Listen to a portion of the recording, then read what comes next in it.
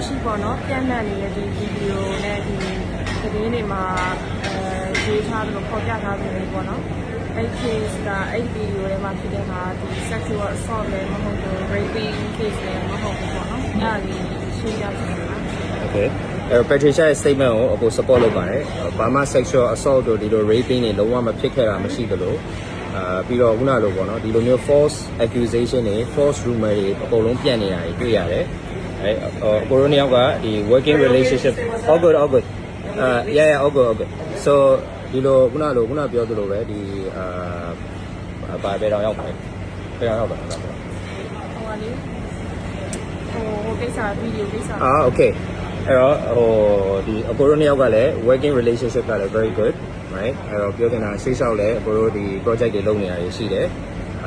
ဆေးလျှောက်လည်းဒီလိုမျိုး project တွေထွက်ဖို့လည်းရှိတယ်ဒါပေမဲ့အခုလောလောဆယ်ပြန့်နေတဲ့သတင်းတွေအကိုက rape လုပ်ပါတယ်အကိုကခုနလိုပဲဒီကနေ့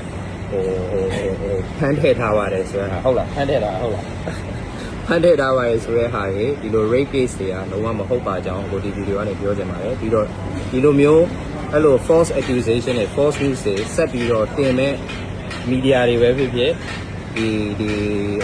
personal account တွေပဲဖြစ်ဖြစ်နောက်ပိုင်းဒီဗီဒီယိုနောက်ပိုင်းမှာအကိုတို့ဆက်ပြီးတော့လုပ်သွားမယ်ဆိုရင်အကိုတို့ဘက်ကတရားစွဲပါမယ်ခုနလိုပဲအကိုတို့ဘက်ကတကယ်တမ်း working relationship ရှိတယ်နှစ်ယောက်စလုံးကလည်းတကယ်တမ်း working together ဖြစ်တယ်ရှေ့လျှောက်လည်းအကိုတို့ဗီဒီယိုတွေဆက်ထွက်ဖို့လည်းရှိတယ်အဲ့တော့စောင့်မျှော်ပေးပါ